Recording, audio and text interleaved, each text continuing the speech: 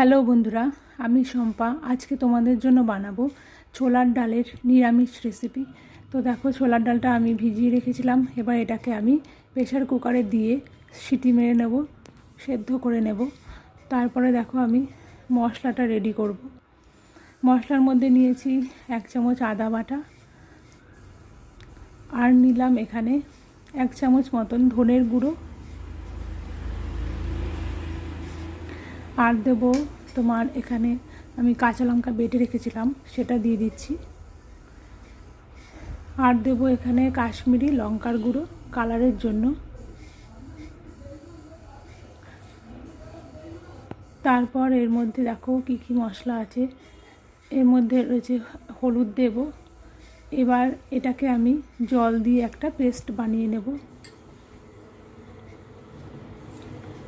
জল দিয়ে পেস্টটা বানিয়ে এটা আমি রেডি করে রাখবো।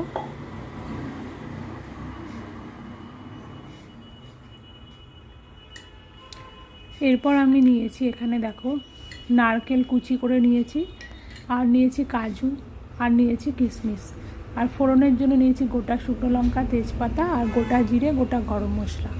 তো চলো রান্নাটা শুরু করা যাক। গ্যাসটা অন করে দিয়েছি, কড়াইটা বসিয়ে দিয়েছি।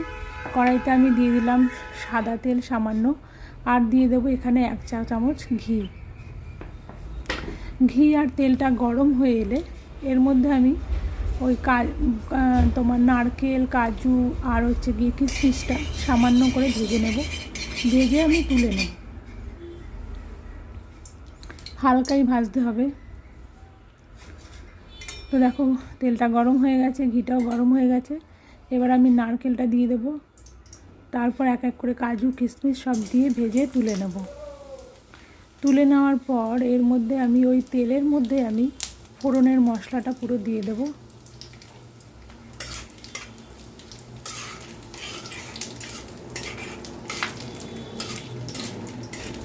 তোমাদের যদি এই রেসিপিটা ভালো লেগে থাকে অবশ্যই লাইক, কমেন্ট আর শেয়ার করে দিও। আমি শম্পার মনের রান্নাঘরে তোমাদের স্বাগত জানালাম। তো দেখো কিশমিশ কাজু তার মধ্যে আমি দিয়ে দিলাম। এবার এটাকে ভেজে আমি তুলে নেব প্লেটে। তুলে নেওয়ার পর এর মধ্যে এই তেলের মধ্যেই আমি ফোড়নটা দিয়ে দেব। তো দেখো তুলে নিয়েছি। এরপর এর মধ্যে আমি দিয়ে দিচ্ছি সব কিছু ফোড়ন, যে মশলাটা রেখেছিলাম, গোটা জিরে, তেজপাতা, গোটা গরম মশলা, গোটা শুকনো লঙ্কা। ফোড়নটা একটু ভাজা ভাজা হলে আমি যে তোমার ওই মশলাটা গুলে রেখেছিলাম সেটা দেবো, আর হিং দেবো। এখানে দিয়ে দেবো সামান্য মতন হিং, 1/2 চামচ মতো হিং দিয়ে দেবো। তো দেখো হিংটা দিয়ে দিলাম। হিংটা দিয়ে একটু নেড়ে চেড়ে এবার আমি যে মশলাটা বেটে রেখেছিলাম, মানে গুলে রেখেছিলাম, সেই মশলাটা আমি দিয়ে দেবো।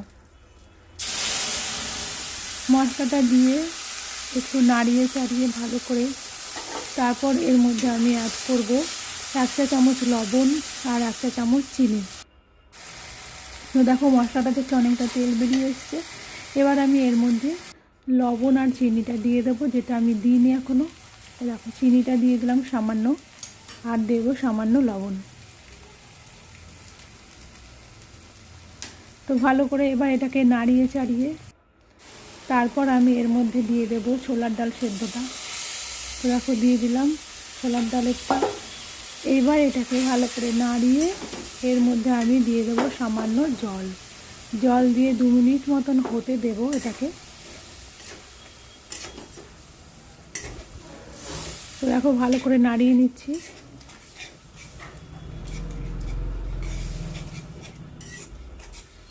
তোমরা এইভাবে নিরামিষ ছোলার ডাল করে দেখো, আশা করি তোমাদের খুব ভালো লাগবে।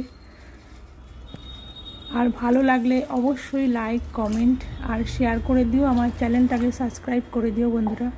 তো দেখো জল দিয়ে দিলাম। জলটা দেওয়ার পর আমি 2 মিনিট মতন হতে দেব। 2 মিনিট হয়ে গেছে। এবার এর মধ্যে আমি নামানোর আগে দিয়ে আমি এর মধ্যে দেব 1 চা চামচ মতন ঘি।